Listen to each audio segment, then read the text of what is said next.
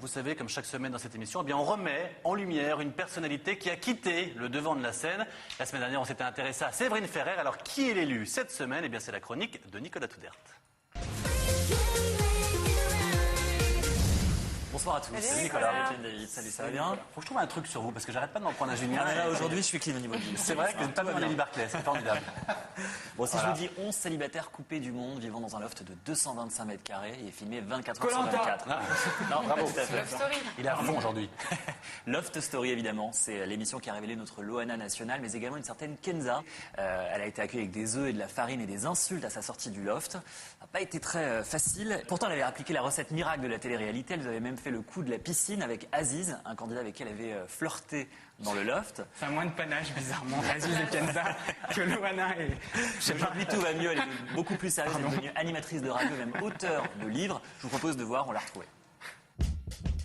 Il y a 10 ans, Kenza essuyait les plâtres de la première télé-réalité. Malgré ses coups de gueule sous l'œil de caméra branché 24 heures sur 24, certains la trouvent un peu trop lisse. Mais vous avez rien fait dans le loft, vous? Bah non, j'ai même pas couché. C'est pas vous dans la piscine, c'était pas vous. Non, c'était pas moi dans la piscine. L'appel avec...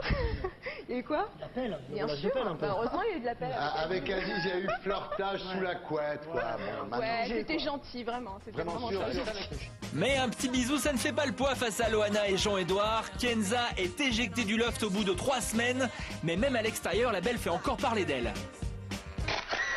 On avait conclu un nom de code qui était Boubou va bien, pour en fait les rassurer que tout se passait bien à l'extérieur et surtout par rapport à ce que les gens pensaient de l'émission. Qu'ils soient rassurés, l'émission a tellement cartonné qu'on les aperçoit même dans une pub. Avoir trouvé un grand loft à louer rien que pour nous, j'hallucine grave. Ça correspond à nos valeurs, mais entre guillemets, si j'ose dire. 10 ans après, une dépression post-loft en prime, Kenza change de vie. Elle lance aujourd'hui son 5e bouquin. C'est un peu le combat de sa vie. Prouver qu'on peut sortir d'une télé-réalité et avoir un cerveau. Je crache pas dans la soupe, je ne renie pas cette expérience, mais depuis 10 ans, j'ai sorti 5 bouquins, j'ai fait de la radio, j'ai continué à faire ce que je sais faire.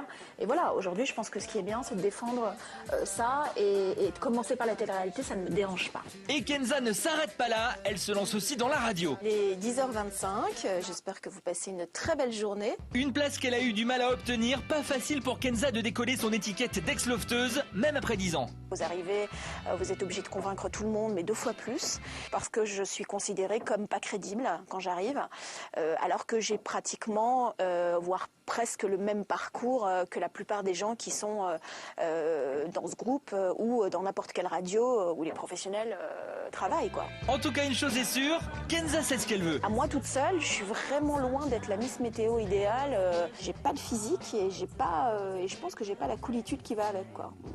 Je sais pas. Elle a pas changé, Kenza. Elle n'a pas trop changé, non, mais... Merci Nicolas, merci Julien, merci Jenny. Et surtout, merci John David.